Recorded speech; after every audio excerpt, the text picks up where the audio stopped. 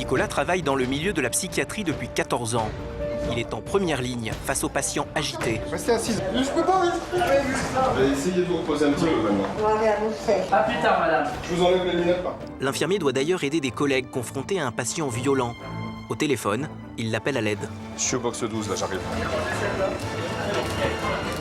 Au service des urgences générales, cet homme très agité, allongé sur le brancard, met en danger la sécurité du personnel. Restez allongé, monsieur, s'il vous plaît. Attends. Dans ce genre de situation, les infirmiers doivent être nombreux pour contenir le patient et éviter des blessures. Essayez de vous calmer, monsieur. Tu tiens? Vas-y, on débloque le frein, on rentre. Monsieur, ça sert à rien. Regardez, ça sert à rien du tout.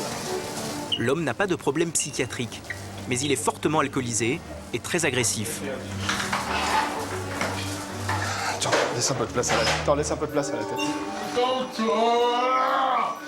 Je suis pas un animal là.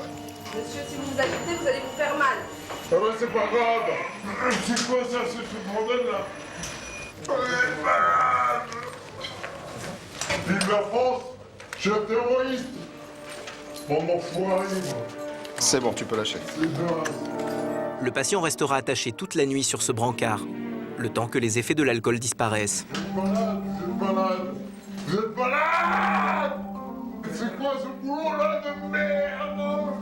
Enlevez-moi ça. Je suis pas en prison. Enlevez-moi ça. Putain, je suis en France. Essayez de vous calmer un petit peu.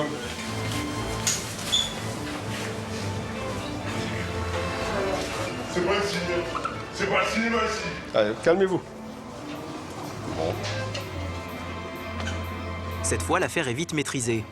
Mais Nicolas n'en a pas fini avec les patients agités. Ils sont tous attachés de partout. Il y en a 4 ou 5. Il y en a une en ISO aussi. Ouais.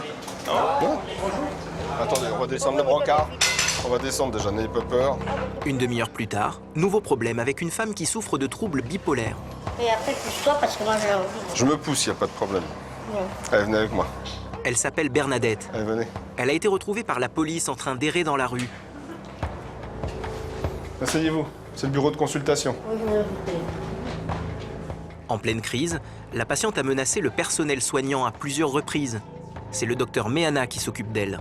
Dans un premier temps, le psychiatre décide d'entamer un dialogue. Ah, araignée. Je me présente. Oui, c'est peut-être t'es présenté, mais... Je suis docteur Méana, Tu demandes un... Ah oui, madame... psychiatre. Ah bah si tu veux, psychiatre. Mon collègue, Bienvenue. infirmier. Restez assise, Mais restez non, j'ai assise. peur. Ça, j'ai peur. Bah, mettez vos lunettes. Mettez vos lunettes, voilà. Les téléphones.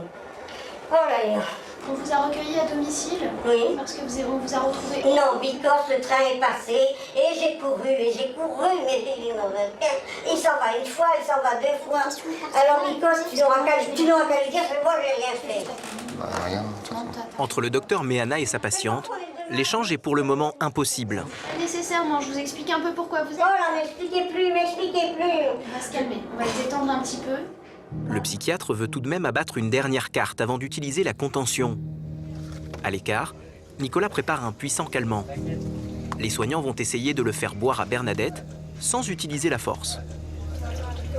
Plutôt que l'injection, et on privilégie bien évidemment le souhait du patient, à savoir que si elle veut le prendre par la bouche, on préfère, c'est beaucoup plus moins agressif, ni pour elle, ni pour nous. Mais pour parvenir à faire boire ce médicament à Bernadette, Nicolas et le docteur Méana doivent négocier patiemment. Il suffit de boire. Je vous donne un petit verre d'eau après. Allez-y. Que ça passe. Non. C'est un anxiolytique. Non, c'est pas... Qu'est-ce qu'il y a? Vous voulez pas le prendre? Ça, c'est de la lessive. Non, c'est pas de la lessive. Si. Ah, c'est pas de la lessive, on va pas donner de la lessive à l'hôpital, madame. C'est un médicament qui va vous permettre de vous apaiser un petit peu.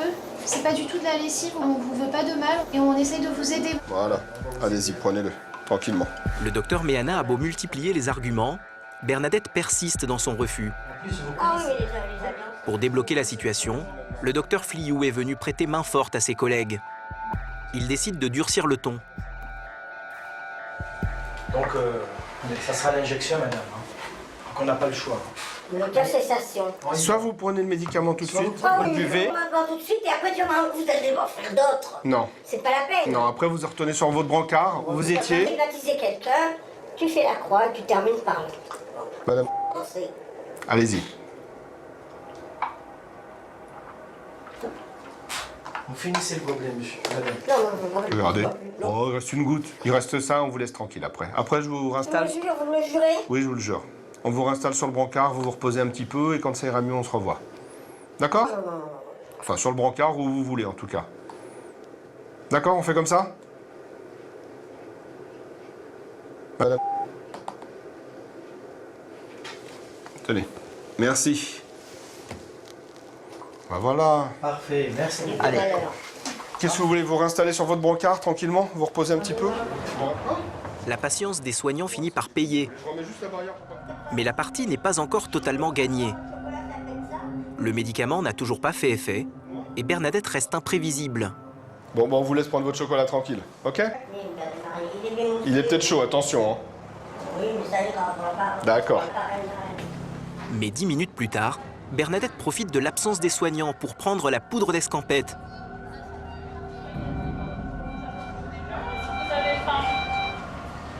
Pour éviter une fugue, les infirmiers décident de la placer sous surveillance. C'est juste un risque de fuite. S'il y a un souci, tu ne bougeras pas la porte.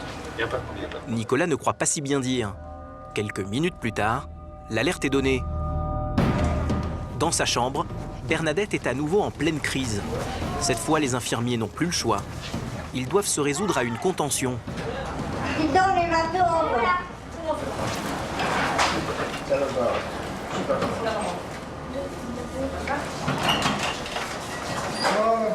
Et voilà, madame. Essayez de vous reposer un petit peu maintenant. On va aller à Mousset. Non, moi, j'ai pas l'amour. Non, on fera pas l'amour, c'est sûr. Ouais, Pas de danger. Il n'y a pas de danger.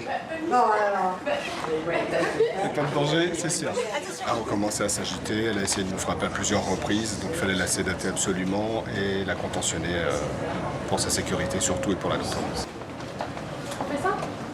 Non, ça va. Vous voulez qu'on remonte? Comment on les menottes? C'est pas des menottes, Mais ça, des attaques.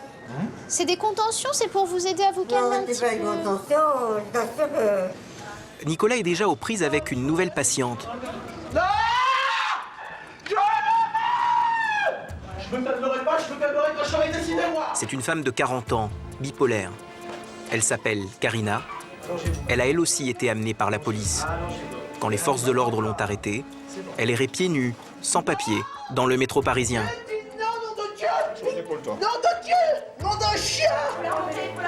Cette fois, le docteur Méana et Nicolas n'auront même pas le temps de dialoguer.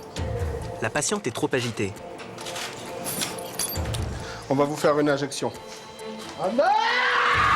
Attention qu'elle ne morde pas. Entourée par les infirmiers et solidement attachée sur le lit, Karina retrouve son calme. Dans le bureau d'à côté, le docteur Fliou rassure ses parents. Prévenus par les policiers, ils ont aussitôt fait le déplacement pour voir leur fille. Depuis plusieurs années, elle vit à leur domicile en région parisienne. Ces derniers jours, ils la sentaient instable, mais ils n'ont pas vu venir la crise. Elle prend son traitement correctement. C'est elle qui gère maintenant, moi je ne vois plus. Alors c'est ça le problème. Vous voyez plus. Non, je ne vois pas, je ne sais pas ce qu'elle fait, je lui pose la question, mais ça va, c'est à moi de... Et elle voit son psychiatre régulièrement. Tous les mois. Tous les mois. Là, elle a une rupture avec son copain, et puis... elle a replongé, quoi. Même si ce n'est pas la première crise à laquelle ils assistent, voir leur fille dans cet état est toujours douloureux. Ce soir, ils ne pourront rester à ses côtés que quelques secondes. Endormie, elle sera transférée quelques heures plus tard dans un hôpital psychiatrique de la région. On s'est bien occupé d'elle, on a dû lui donner des médicaments pour la calmer un petit peu parce qu'elle était agitée. Merci. Ne vous inquiétez pas. Merci, monsieur. Bon courage. Au revoir, bon courage. Rude journée pour le docteur Méana. Face au chagrin des parents de Karina, elle a du mal à contenir son émotion.